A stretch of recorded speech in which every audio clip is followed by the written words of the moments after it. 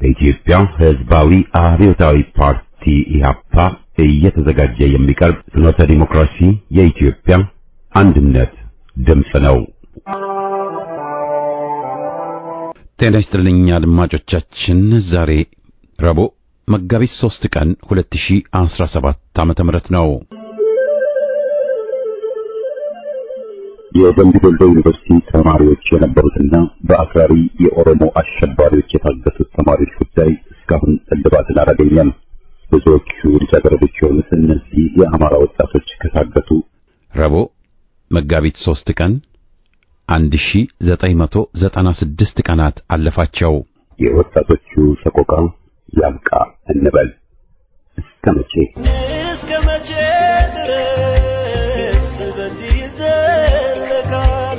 ኧረ በዚህ ቁም፣ ያለፈው ይበቃል።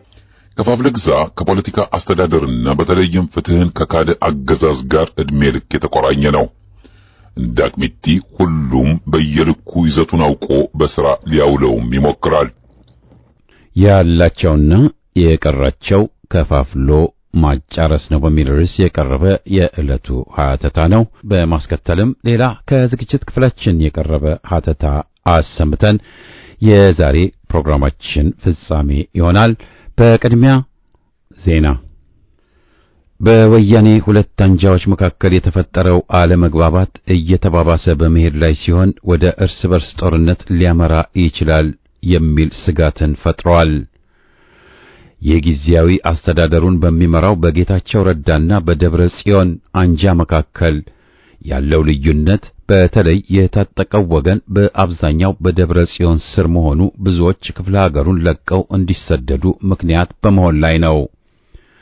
ጊዜያዊ አስተዳደሩ ማክሰኞ 3 ጄኔራሎችን ከሥራ ማባረሩን ከገለጸ በኋላ በብዙ ከተሞች ውጥረት ሰፍኖ እንደነበረም ታውቋል። የደብረ ጽዮን አንጃ የትግራይን ሰራዊት ለማፍረስ የተደገሰ ሴራ ነው ሲል እርምጃውን ኮንኗል። ደብረ ጽዮን ከሻዕቢያ ጋር ግንኙነት እንዳለው ራሱም ያመነ ሲሆን ከዚህ ቀደም ባስገድዶ መድፈርና በዘር ማጥፋት ከተወነጀለው ሻዕቢያ ጋር የሚደረገው መሞዳሞድ ብዙዎችን አስቆጥቷል። የፕሪቶሪያው ስምምነትን አስታኮ የአውሮፓና የምዕራቡ ዲፕሎማቶች ወደ መቀሌ መመላለስ የሁለቱን አንጃዎች ቅራኔ ለማብረድ አልቻለም። ይህ በእንዲህ እንዳለ የደብረ ጽዮን አንጃ የአዲግራት ከተማ ከንቲባ ቢሮን መቆጣጠሩን እንዲሁም በሌሎች ከተሞችም ሙከራ ሊያደርግ እንደሚችል ጊዜያዊ አስተዳደሩ ገልጿል። ጌታቸው ረዳ አገዛዙ ጣልቃ ገብቶ የጊዜያዊ አስተዳደሩን እንዲረዳ ተማጽኗል። ማክሰኞ መጋቢት 2 ቀን በወሎ ክፍለ ሀገር በወረባቦ ወረዳ በቢስቲማ የወረዳውን አስተዳዳሪ ጨምሮ 3 ሰዎች በደፈጣ ጥቃት መገደላቸው ተዘግቧል። ባለስልጣኖቹ በድርጊቱ የአካባቢውን የፋኖ ኃይል ከማውገዝ ባለፈ ምንም ማስረጃ አላቀረቡም። የኡጋንዳ ወታደሮች የደቡብ ሱዳን ፕሬዝዳንት ሪክ ማቻርን ለመርዳት ጁባ ከተማ ገብተዋል። በሪክ ማቻር ላይ የሚደርስ ጥቃት በኡጋንዳ ላይ እንደተቃጣ እንቆጥራለን ያለው የኡጋንዳ ጦር አዛዥ ግብዣውን ማን እንዳቀረበው አልገለጸም። የተባበሩት መንግስታት ድርጅትም ሆነ የአፍሪካ ህብረት ስለ ጉዳዩ መግለጫ አልሰጡም። የአካባቢው የፖለቲካ ታዛቢዎች የኡጋንዳ መንግስት ውሳኔ ውጥረቱን ያባብሰዋል ብለዋል። ዜናው በዚያ በቃ። መቼ ደስታን ፈለግ ለግል ደስታዬ በጅምር ቀረ እንጂ ውጥኑ ምኞቴ ሰው መሆኑ ቀርቶ ለሰዎች መሰላል ሁሉም እንደ ሰው እንዳቅሙ እንዲሻሻል በሰዎች መካከል እንዳይኖር ልዩነት ባይገባሽ ነው እንጂ ነበር የኔ ምኞት መቼ ደስታን ፈለቁ ለግል ብቻ በጅምር ቀረ እንጂ ውጥኑ ምኞቴ ያላቸውና የቀራቸው ከፋፍሎ ማጫረስ ነው። ዘመኑ የጥራዝ ነጠቆች ሆነና ያነበበውም ያላነበበውም የጥንቱን የጣሊያን የማኪያቬሊ ጽሑፍ አነበብኩ በሚል አገዛዝና ከፋፍለ ግዛ ጽንሰ ሐሳብን ሊተነትን የሚነሳው ብዙ ነው። ከፋፍለ ግዛና ማደናገር ማዘናጋትን እንደ ስልት ለመጥቀስ ፈረንጅ ድረስ የሚያስኬድ አልነበረም።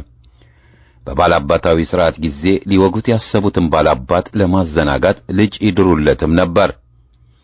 ተንኮሉ አገር በቀልም ነው ዕውቀት ከተባለ። እነመለስና ደቀ መዝሙሩ ኮሎኔል ማኪያቬሊን አንበን ወዘተ ብለው የሚቀባጠሩት አነበብን አወቅን ብለው ሊታበዩብን እንጂ ቅድመ አያቶቻችን እንዳስተማሩን ቢሉ ሐቁን በተናገሩ ነበር። ከፋፍለ ግዛ ከፖለቲካ አስተዳደርና በተለይም ፍትህን ከካደ አገዛዝ ጋር ዕድሜ ልክ የተቆራኘ ነው። እንዳቅሚቲ ሁሉም በየልኩ ይዘቱን አውቆ በሥራ ሊያውለውም ይሞክራል። ኮሎኔሉ ለስልጣን ሲደርስ ይዞት የነበረው ስልት የተፈጸሙትን ስህተቶች በከፊልም ቢሆን አምኖ በጣፋጭ ዲስኩር ኢትዮጵያዊነትን አጭሆ አገር ላድን መጣው የሚል ነበር። ፍቅር አንድነትን የሚሰብክ ነበር። ይህ በተለምዶ አነጋገር ተራ ሽወዳ ነው ያልነው እኛ ብቻ ነበርን። ዘረኝነትን ስንፋለም ያን ሁሉ ዓመታት አሳልፈን አንድ ፍየል መላስ ኮሎኔል ሊያደናግረን ልንፈቅድለት አልቻልንም። የአሜሪካና የአረቦች ሹም ጠባብ ዘረኛ ነህ አልነው። ብዙዎችም አዘኑብን፣ ሙሴን ዘለፉ ብለውም ተቀየሙን። የኮሎኔሉ ግን ዋናው ፖለቲካ ዘረኝነት፣ ከፋፍለ ግዛ፣ ፍጃው ጨርሰው መሆኑ ራሱን ሊያጋልጥ ብዙ አልፈጀበትም። የጠባብ ብሔረተኛ ጎዳና በመከተልና ቄሮ መንጋን ሕዝብ ላይ በማሰማራት ሕዝብን እርስ በርስ ከፋፍሎ ሊገዛና በዘረኝነት ላይ ሊመካ መወሰኑን አጋለጠ። ዘረኛ ነውና መሰረታዊ ፖለቲካው ከፋፍለ ግዛ ነው። የአኖሌ ሐውልት ገንቢ ኮሚቴ አባል ነበርናም ጥላቻና ክፍፍልን ከማራገብ የራቀ አቋም ኖሮት አያውቅም። በቀና አቋምና ፖለቲካ ሕዝብን ሊያግባባ ባለመቻሉ የቀረው ያው አምባገነን ይዘቱን ይፋ ማድረግ፣ ግራ ቀኙን ማሰር፣ ማጋዝ፣ ፍትህን መርገጥ፣ ከፋፍሎ ለመፍጀት ለማፋጀት መጣር ሆኗል። ከዚህ ሌላ የሚጠበቅ የለም። ጠላት ያለውን የአማራ ሕዝብ በተለይ በቅድሚያ በአውራጃ ሊከፋፍል በሰፊው ሲጥር ነበር። ጎንደርን ለሁለት ሰሜንና ደቡብ ጎንደር፣ ጎንደርን ከጎጃም፣ ከወሎ፣ ከሸዋ ግን ይህ አውራጃዊነት አሊስ ሲል ደግሞ ሁሉንም በጅምላ ለፍጅት መዳረግ። የኮሎኔሉ ችግር በዚያው አንጻር ኦሮሞ የሚለውም ራሱም በዚሁ አውራጃዊነትና በሃይማኖት ልዩነትም እርስ በርስ የተከፋፈለ መሆኑ ነው። ፋኖ ተነስቶ ወያኔን ጥግ በማስያዝ የነፍስ አድን ሚና ከተጫወተ በኋላም ፋኖን በየፈርጁ የወሎ፣ የጎጃም፣ የሸዋ ወዘተ በሚል ለመከፋፈል ከፍተኛ ጥረት ሲያደርጉ ቆይተው እነሆ አሁን በፋኖ ላይ ይፋ ጥቃትን ሲያውጁ በመጋዣቸው ኦዴፓ፣ አማራ ብልጽግና ስር ያሉ ልዩ ኃይሎችን በፋኖ ላይ አስነስተው አማራውን እርስ በርስ ሊያጫርሱ ጀምረዋል። ከፋፍለህ አጫርስ። ይህንን ተራ ተንኮል ሕዝብ ተረድቶ ውድቅ ማድረግ አለበት። በሁኔታው ሂደት የሕዝብ ዋና ጠላት ሆኖ ያለው የትላንቱ ብአዴን እና የዛሬው አዴፓ አማራ ብልጽግና ነው። ለእነዚህ የሚታዘዝ የአማራ ክፍል ካለ ሰልፉ ከዘረኞቹ ጋር ነው ማለት ነው። ሰው ጠፋ እንዴ እነዚህን ከሃዲዎች ቀንድቦ የሚያሳርፍልን የሚል በስቷል። በዚያው ልክ ደግሞ መቻቻል፣ መተሻሸት አለ። ፍቃድ ጥየቃ ከነሱም አለ። አገዛዙ ሕፃናትን ሳይቀር እናቶችን ሳይቀር እያፈነ ነው። ፋኖን ለአንዴም ለሁሌም ማጥፍቼ ወልቃይት፣ ጸለምት ወዘተን ለወያኔ እመልሳለሁ ብሎ ወስኗል። ከወያኔ ጋር ለሚያደርገው የሚስጥር ውይይትና የነገም ስምምነት እንቅፋት ይሆናሉ የተባሉት ፋኖዎች ናቸው። እርስ በርስ እንዲሉም ፋኖን በአማራው ልዩ ኃይል ማስመታቱ ማፋጀቱ ብልጥ ዘዴ ነው ተብሎ በኮሎኔሉ ታምኖበታል። በሰሞኑ እያየን ያለነውና ሊቀጥል የታቀደውም ይህ ነው። ለዚህም ነው የአማራው ሕዝብ አንድነቱን አጠናክሮ በዋናው ባንዳና ከሃዲ በውስጥ ጠላቱ ሆነው ባሉት ዘመናዊ ታምራት ላይኔዎች ላይ ደመቀ መኮንን ወዘተ ላይ መነሳት መዝመት ያለበት። እነሱን ካላስወገደ ዘረኞቹን ኮሎኔሉን ሊጋተር አቅም አይኖረውም። ፋኖ ከተበላ ደግሞ ተከላካይ ኃይል ማቋቋሙ ቀላል አይሆንም። ይህን ከተረዳንና ከተጋተርናቸው ኢትዮጵያን እንጠብቃለን። ዘረኞችና ባንዳዎችን እናደባያለን። ባንዳና ከሃዲን እንዋጋ። ዘረኝነት ይውደም።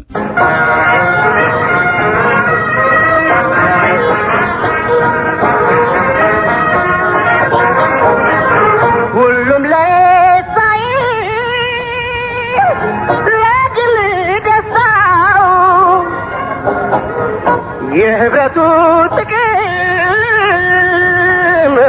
ሕዝብ እንዲገባው ሁሉም ለሳይ ለግል ደስታው የህብረቱ ጥቅም ሕዝብ እንዲገባው መቼ ደስታ ይፈለግ ለግል በጅምር ቀረ እንጂ ውጥኑ ምኞቴ ሁኔታ ሲገለባበጥ ወርቅ ይረክሳል፣ መዳብ ይነግሳል። ትውልድ አረማሞ ሲሆን ጀግና ይገፋል፣ ዘረኛ ይገናል። ለኢትዮጵያ አገራቸውና ወገናቸው በጎ ራዕይ የሰነቁና ባለውለታ የሚባሉ ትውልዶች በኢትዮጵያ ምድር የመፈጠራቸውን ያህል ኢትዮጵያን ካላፈረስን፣ ሕዝብን ካላጫረስን፣ አገርን እና ሕዝብን ካላዋረድን ባይ አረማሞ ትውልዶችን መፈጠራቸውን ዛሬ እንደብቀው ወይም እናድበስብሰው ብንልም የማይሆን ነገር ነው። የአደባባይ ምስጢር ሆኗልና ነው። ትውልድ በተቃርኖሽ የተሞላ መሆን አለ የማይባል ሊባልም የማይችል መሆኑን የህብረተሰብ እድገት ህግጋት የሚመሰክሩት እውነት ነው። የኢትዮጵያው ግን ጠርዝ የረገጠና መረን የለቀቀ መሆኑ ብቻ ሳይሆን በየትኛውም የዓለማችን ክፍል ያልተስተዋልና ረጋ ሰራሽ መሆኑ ነውረኛም ጸያፍም ያስብለዋል። ህገወጥ ነውም ያስብለዋል። ትውልድ በዕድሜ አቻነት አንድ ነው ወይም ተመሳሳይ ነው ከሚባልበት ጭብጥ ይልቅ ባላቸው ፖለቲካዊ፣ ኢኮኖሚያዊና ለአገሩ በሚሰጣቸው አመለካከቶቹ ዓላማዎቹና ግቦቹ የሚለያይበት ጭብጥ የበለጠ ጎልቶ ይወጣል። ትውልድ በዕድሜ አቻነት ብቻ የማይከፈል መሆኑን የማህበራዊ ሳይንስ ዕውቀት ዘርፍም ዘርዝሮ ያስቀምጠዋል። መከፋፈያ ዘዴዎችንና ቀመሮችንም በግልጽ ያስቀምጣል። በኢትዮጵያ ባለፉት 5 አስርት ዓመታት ውስጥ ስለ ኢትዮጵያ ትውልዶች የተጻፉ የውሸት ድሪቶች፣ የተደመጡ ልሳኖች፣ ተደረጉ የተባሉ የውሸት ጥናት ተብዬ ድምዳሜዎች ከዚህ እውነት ጋር በእጅጉ የተጣረሱ ናቸው። በውስጣቸው እኩይ ዓላማዎችና ተግባራቶችን ከግል ፍላጎቶች ጋር ያጣመሩ በመሆናቸው አሳፋሪዎችም ነውር ተግባራቶችም ነበሩ። ዛሬም ያው ናቸው። ውጤታቸው ደግሞ ከምንም በላይ አንገብጋቢና እጅግ የሚያስቆጭ መሆኑንም እያየነው ነውና እየተመለከትነው ነው። ይህ ትውልድን ባንዳውን ከጀግና ገንቢውን ካፍራሹ የዲሞክራሲ አርበኛውን ከጸረ ዲሞክራሲያዊው እያደባለቁ በአንድ ቅርጫት የማስቀመጥና የመፈረጅ እኩይ ተግባር ዛሬ የተጀመረ አይደለም። በፋሽስታዊው ደርግ ተጀምሮ እየተንከባለለ መጥቶ ከዛሬ የደረሰ መሆኑን መካድ በፍጹም አይቻልም። ከ1960ዎቹ ትውልዶች ውስጥ አሰላለፋቸው፣ ዓላማና ተግባራቸው በርካታ የሚባሉ የትውልድ አጥሮች ተፈጥረው ነበር። በርካታ የሚባሉት ቡድኖች በጠባብ የጎጠኝነት አጥሩ የታጠሩ መሆናቸው ብቻ ሳይሆን ዓላማና ተግባራቸው ጸረ ኢትዮጵያና ጸረ ኢትዮጵያዊነት ነበር። ሁሉም የውሸት ትርክት የተጠናወታቸው የአስተሳሰብ ድሆች ነበሩ። የሻዕቢያን የኤርትራ ጥያቄ የቅኝ ግዛት ጥያቄ ስለሆነ መፍትሄው መገንጠል ብቻ ነውን ያስታውሷል። የወያኔዎችን ትግራይን በመገንጠል ነፃ የትግራይ ሪፐብሊክን እንገነባለን ብቻ ሳይሆን ከገዢ ስርዓት የበለጠ የአማራውን ሕዝብ በጠላትነት ማስቀመጣቸው የአስተሳሰብ ድህነታቸውን ማሳያ መነጽር መሆኑን መረዳት ይቻላል። የነሆነ ግን በኢትዮጵያዊነታቸው እንደራደራለንና እኛም እንገነጠላለን አቋማቸውን ልብ ይሏል። እንደ ኦብነግንና የመሳሰሉትን ለአብነት ማንሳት ይቻላል። ፋሽስታዊው ደርግና በዙሪያው ያሰባሰባቸው እነ መኢሶን፣ ወዝሊግ፣ ኢጫት፣ አንጃዎችና መሰሎቹ ደግሞ ባንዳዎችና ምንደኞች መሆናቸው ብቻ ሳይሆን የአረመኔያዊ ተግባራቶቻቸው ውጤት ይኸው እስከዛሬ ተመዞ አላልቅ ብሎናል። በዚሁ ዘመን ከነዚህ ፋሽስታዊ ባንዳዎች፣ አንጃዎች፣ ጠባብና ዘረኛ ቡድኖች በተቃራኒው ምናልባትም ኢትዮጵያ እንደገና ደግማ ለመፍጠር ብዙ ጊዜም ትውልድ የሚፈጅባትን የኢህአፓውን ትውልድ ፈጥራ ነበር። ይህ ትውልድ በምጡቅ የፖለቲካ ብስለቱ፣ በዓላማና ትግል ጽናቱ፣ በዲሞክራሲያዊ ባህል ጥንካሬው፣ በአፍቅሮተ ሀገሩና ወገኑ እንዲሁም በአማራጭ የፖለቲካ ፕሮግራሞቹ ትክክለኛነት አንጻር ሲገመገም ትውልዱ ከነበረበት ወደፊት ቀድሞ የተፈጠረ ነበር ቢባል እውነትን መመስከር እንጂ ግነት የሚባል ሊሆን አይችልም። የዚህ ትውልድ ጩኸትና መታገያ መፈክሮቹ ዴሞክራሲ ያለ ገደብ፣ የሕግ የበላይነት ይረጋገጥ፣ የብሔረሰብ፣ የሃይማኖት፣ የጾታ እኩልነት ይከበር፣ መሬት ላራሹ ይሁን፣ ጊዜያዊ የሽግግር መንግስት ይቋቋም ወዘተ አንኳር ጥያቄዎቹ ነበሩ። ይኸው እስከ ዛሬም መመለስ ባለመቻላቸው ትውልድ ተሻግረው የዛሬውም ትውልድ መሰረታዊ ጥያቄዎች ሆነዋል። ታዲያ ኢህአፓ በኢትዮጵያዊነቱና ኢትዮጵያን አፍቃሪነቱ እንዲሁም ዴሞክራሲያዊ ባህሉ በፋሽስታዊ ደርጎች ተጨፍጭፏል፣ ተሰቃይቷል፣ ተሰዷል። በእነዚሁ ዘረኛና ጠባብ ድርጅቶች በቡድንም ሆነ በተናጠል በተለያዩ ቦታዎችና ጊዜያቶች ጥቃት ተፈጽሞበታል። በኢህአፓ ኢህአሳ ላይ ጥይት ያልተኮሰ ጦርነት ያላወጀ በትግሉ ላይ መሰናክል ያልፈጠረ አልነበረም። ምክንያቱ ደግሞ ሌላ ምንም ሳይሆን ኢትዮጵያዊነቱ ብቻ ነው። ኢትዮጵያዊነቱ መከበሪያው መሆን ሲገባው መሰደቢያውም ሆኖ ነበር። አባ ኢትዮጵያ መባል ስድብ ከተባለ በኢህአፓ ኢህአሳ ላይ የዘረኞችና ጠባቦች የተባበረ ጥቃት ከተነሳ በ1970 ዓመተ ምህረት ወያኔና ሻዕቢያ ተባብረው ሲወጉት የደርግ ጦር ከአዲግራት ተነስቶ በደጋ ሐሙስ አድርጎ በሳልሲ ተራራዎች ላይ በመመሸግ ካሲምባ በስተደቡብ አቅጣጫ ከበባ አድርጎ ድጋፍ ሲሰጥ እንደነበር ሲታወሰኝ ይነዝረኛል፣ ይደነዝዘኛልም። በጎንደርስ የደባርቅ አውራጃ አስተዳዳሪና የደርግ አባል የነበረው መቶ አለቃ ገብረ ሕይወት የወያኔ አባል በመሆን ከወያኔ ጋር በመተባበር ጥቃት አልፈጸመምን? ፈጽሟል።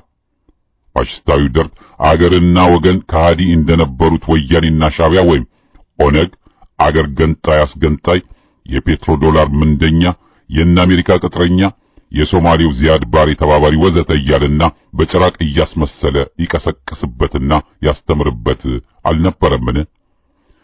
የ1960ዎቹን ትውልዶች በአንድ ቅርጫት መጠቅለልና መፈረጅ በፋሽስታዊው ደርግ የተጀመረ እንጂ የዛሬ አዲስ ነገር አይደለም የሚባለው ለዚህ ነው።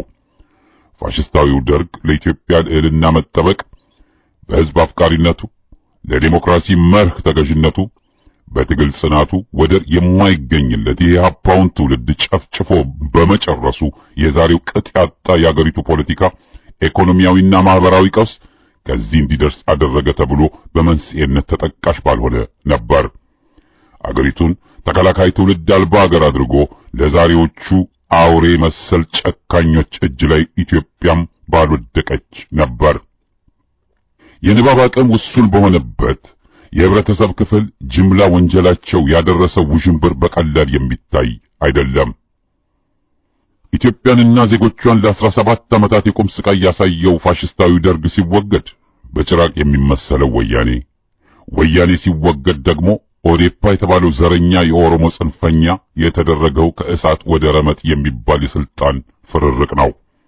ለዚህም ነው ዛሬ ብዙዎች ይህን ክስተት ሁለተኛው ግፍ ልብሴን ይገፍ፣ ሶስተኛው ጀርባዬን ይገርፍ እያሉ ሲዛበቱ የሚደመጡት። ሁሉም ዘረኞች አረመኔዎች ናቸው። ሁሉም ዘረኞች ጸረ ኢትዮጵያና ጸረ ኢትዮጵያዊነት የሰረጸባቸው ናቸው። ጸረ ዴሞክራሲና ጸረ ሰላም ናቸው። ወያኔም ሆነ ኦዴፓ የውሸት ትርክት የጉዞ ምርኩዛቸው ነው። ስለ ውሸት ትርክት ካነሳን እነ ወያኔን ምን ጠቀማቸው ብለን ብንጠይቅ በተለይ ለወያኔ በእውነትና ውሸት ተቀባይ ትውልድ መካከል የትውልድ ክፍተት እንዲፈጠርለት ረድቶታል። የራስ መንገሻ ስዩም ትውልድ የትግራይ አስተዳደር ወይም ሕዝብ ከተከዜ ማዶ በእነሱ ዘመንም ሆነ በአባቶቻቸው ወይም በአያቶቻቸው ግዛት እንዳልነበራቸው በትክክል የሚያውቅ ትውልድ ነው። ይህን እውነት ከዕለታት በአንድ ቀን በአሜሪካ ድምፅ የሬዲዮ ፕሮግራም ተጠይቀው በተናገሩ ከጥቂት ቀናት በኋላ ማስተባበያ እንዲሰጡ መገደዳቸውን አድምጠናል። ዛሬ ይህን እውነት የሚያውቀው የትግራይ ተወላጅ ቁጥር እየተመናመነ ሄዷል። የዛሬዎቹ በወያኔ ዘመን ተወልደው ያደጉ በመሆናቸውና ይህን የውሸት ትርክት እየተጋቱ ያደጉ በመሆናቸው ይህን ውሸት እውነት የሚል እንጂ ሐሰት የሚል ትውልድ ማግኘት የሚከብድ ይመስለኛል። ውሸት ሲደጋገም እውነት ይመስላል በሚለው እውነተኛ አባባል በዛሬው የትግራይ ትውልድ ላይ አልሰረጸም ማለት አይቻልም። የኦዴፓ ብልጽግናዎችና ኦነጎችም የአዲስ አበባና ወሎ ኬኛ የውሸት ትርክት ስር ሰደድ ባይሆንም ዓላማና ግቡ ይህን የትውልድ ክፍተት በኦሮሞ ተወላጅ ወጣቶች ውስጥ ለማስረጽ ነው። እነዚህ የውሸት ትርክቶች ምንጮቻቸው ሕሊና ቢስ ከሆኑ ስሜታዊ ዘረኞች የፈለቁ በመሆናቸው ከእውነተኛው ታሪክ ጋር የተጣረሱ ከኢትዮጵያ ግንባታና ከኢትዮጵያዊነት ማቆጥቆጥ ጋር የሚጋጩ በመሆናቸው ከልብ ከሕሊና የሚወገዙ እንጂ በስሜታዊነት የሚደገፉ አይደሉም። ለትግራይም ሆነ ለኦሮሞ ሕዝብ የሚጎዱ እንጂ የሚጠቅሙ አይደሉም። ውሸት ለማንም በምንም አለመጥቀሙ ብቻ ሳይሆን ዛሬ በስሜት የሰከረው ሁሉ ወደ ሕሊናው ሲመለስ በተናጠልም ሆነ በቡድን አሳፋሪና አዋራጅ ተግባር ሊባል እንደሚችል ከወዲሁ መናገር ይቻላል። ዛሬ ጊዜ ሰጥቶናል ብለው በየቦታው ቢያንቧርቁም መጥፋት መዋረዳቸው የማይቀር ነው። እውነት ትኮሰምናለች እንጂ አትጠፋም። እነዚህ ራሳቸውን አዋርደው ኢትዮጵያ ሀገራችንና ልጆቿን ያዋረዱ ፋሽስቶች፣ ዘረኞችና ጠባቦች በጫንቃችን ላይ የተኮፈሱት ባለመተባበራችን ብቻ ነው። የዛሬዎቹ ወያኔ ኢህአዴግም ሆነ ኦዴፓ ብልጽግና ለዛሬዋ ኢትዮጵያ የሚመጥኑ አይደሉም። ከአኩሪ ኢትዮጵያዊ ፍቅሩ ዝነፍ ያላለው ኢህአፓ፣ ከጽኑ የትግል ዓላማው ሸብረክ ያላለው ኢህአፓ፣ አኩሪ ታሪኩ ካልጎደፈው ኢህአፓ፣ በዲሞክራሲ ባህሉና በትግል ጽናቱ ጎልቶ የሚታየው ኢህአፓ ለዛሬዋ ኢትዮጵያ በርግጥ ይመጥናታል፣ ይገባታልም። ኢህአፓ አይደለም ለኢትዮጵያና ኢትዮጵያውያን ለዘረኞቹ የተበላሸ አስተሳሰብና አመለካከት ነጻ መሆን የሚረዳቸው የኢህአፓ የዲሞክራሲ መርህ ተከል አስተሳሰብና አመለካከት ብቻ ነው። ቀውስ ሲበዛ፣ ሁኔታ ሲገለባበጥ ወርቅ ይረክሳል፣ መዳብ ይነግሳል። ትውልድ አረማሞ ሲሆን ጀግና ወደ ዳር ይገፋል፣ ዘረኛ ይገናል የሚለው የዛሬው ዘላቂ መሳይ ግን የሚጠፋ አስተሳሰብ መጥፋትና መወገድ የሚችለው የኢህአፓን ዓላማና ትግል ስንደግፍ፣ በዙሪያው ስንሰባሰብና ስንደራጅ ብቻ ነው። ያን ጊዜ ዘረኞች ይከስማሉ፣ ኢትዮጵያም አሸናፊ ትሆናለች።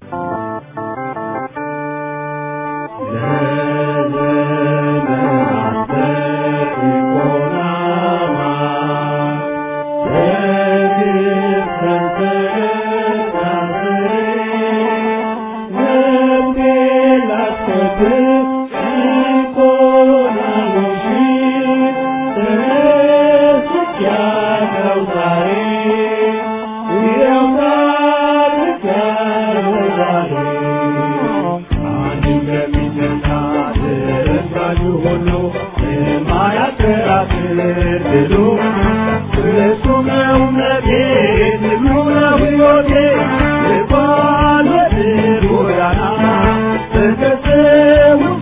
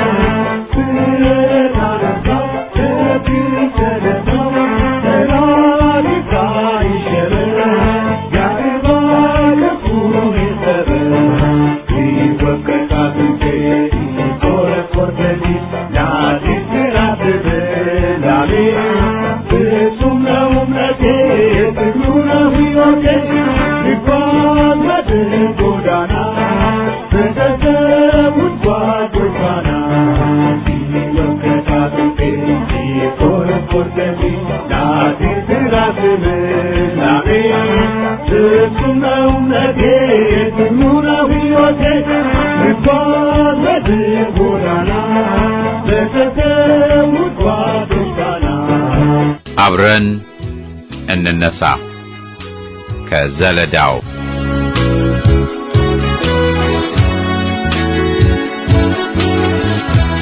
ችግራችንም አንድ ህልማችንም ያው ነው አንዱን ከሌላኛው የማንለያየው ማጭበርበር ማታለል የማያስፈልገው እውነተኛው ትግል ህይወት ጠያቂ ነው የትም ሸሽቷል ወጣ ያለው ባገሩ ነው የተቆራኘ ነው እጣችን እርስ በርስ አንዱ ኋላ ቢቀር ሌላው ተንደርድሮ የትም አይችል ሊደርስ አንደኛው ባጠፋው ሌላው ይወቀሳል ሌላኛው ባለማው ሁሉም ይወደሳል አንድ ነው እጣችን ወይ መልማት ወይ መጥፋት በሌለ ነገር ላይ አያሻም መጓተት እንቁም ተባብረን ለሐቀኛ ትግል እኔ ለኔ ሳይሆን እኛ ለኛ እንበል የለየላቸውን የሀገር ጠላቶች እያቸው ለይተህ ተከፋፍሎ ኑሮ ይሰልችህ ይምረርህ ነጻነት ክንጠብቅ ለሀገር ተሰውተህ ተማመን በህዝብህ ተማመን በራስህ ኑሮውን የሚያከብር እምነቱን ያጸና ህይወትን ለማደስ አይፈጥርም ችግርን አይለግምም በራስ ራስ የራስ ሌባ ከሆነ ሰራቂ ቢያስመስልም እንኳ ሊሆን ይሳነዋል ለሌላው አሳቢ አዛኝ ተጨናቂ የምድር አፈር ጭቃ በሰውነቱ ላይ ለቅልቆ የማይመስል ነገር የሌላውን ጉድፍ ልጥረግ ሲል ተጨንቆ ትግልን ሳይደፍር እንዴት ሰው ለራሱ በራሱ ይዋሻል ባፉ ወርዶ ጠምዶ በጥላው ይሸሻል ካልታመመ መቀር ጤናው ካልተነካ ወሽንፈር ላይ ቆሞ ማንም ሰው አይረካ ትግሉ ሰው ያሻል አገር የሚሰራ ለምን ዞር በላት በል እንዋል ባተካራ ለማይቀረው ነገር ህዝብ አውቆ ሲነሳ እውነቱን ተረድቶ ለሚያስተካክለው አቧራውን ጠርጎ ቅጠሉን ጎትቶ ገፍትሮ ድንጋዩን ነቅሎ ተክሉን ጉቶ ምን ያቀሻብራል የባጡን የቆጡን ጊዜው ደርሶ ሊታይ ሁሉም ሊያውቀው ልኮን የተቆራኘ ነው እጣችን እርስ በርስ ጊዜ ባመጣብን ማንም ማንን አይከስ ይልቅ ህዝባችንን እናብቃው ለክብሮ እንደ ሰው ሆኖ ይኖር በሀገሩ